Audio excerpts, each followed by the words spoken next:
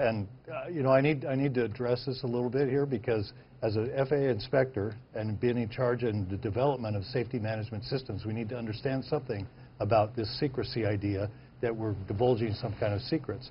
If our security is so weak that we have to rely on secrets between the pilots and secrets between the crews, then it's not effective.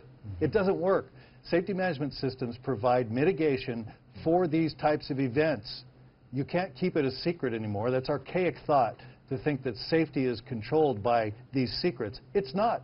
Safety is controlled by the mitigation efforts to prevent events from occurring, and they're very strong, and they are public. Anyone can look them up.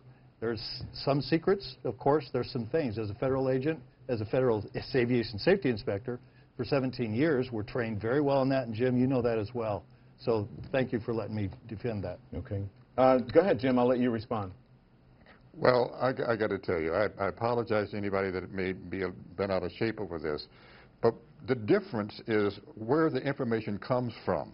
If it comes from an internet study or whatever else, or your best buddy who happens to be in the loop, that's one thing. But Don puts together an elite group of people whose word carries a lot of weight. The best minds he can find on the planet, he sticks on these panels. You can't find a better panel than these. And when they speak, when Richard Quest says something, to me it's gospel. It's not a matter of hearsay or somebody found some information someplace. It carries weight. And that's what's significant about this. And that's why I say we have to be very responsible. I'm not criticizing what anybody says or does.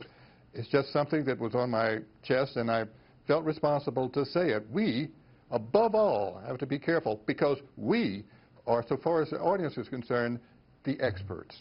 Patrick Smith. Patrick Smith, your book is called Cockpit Confidential. It is, and you know, to back off a little bit on what I said earlier, you know, I'm not so concerned that we're giving away secrets to terrorists or that sort of thing, but what I am concerned with is that we're overanalyzing something that may or may not have anything to do with this accident in the first place. And I hate to say this, and don't hate me for saying it, but I think this whole conversation is symptomatic in a lot of ways of the media's tendency to fixate rather intensely nowadays on air crashes. I don't know if that's because of or in spite of the fact that major crashes, despite the spate that we've had in the past year or so, are so comparatively rare nowadays. And I think that's lost on a lot of people. You go back through the 70s and the 80s when we used to have 10, 12, 15, sometimes 20 major accidents worldwide every year, year after year. Yeah. We don't have that anymore. And so when these accidents do occur, they hold our attention in a way that's very intense and I think unhealthy,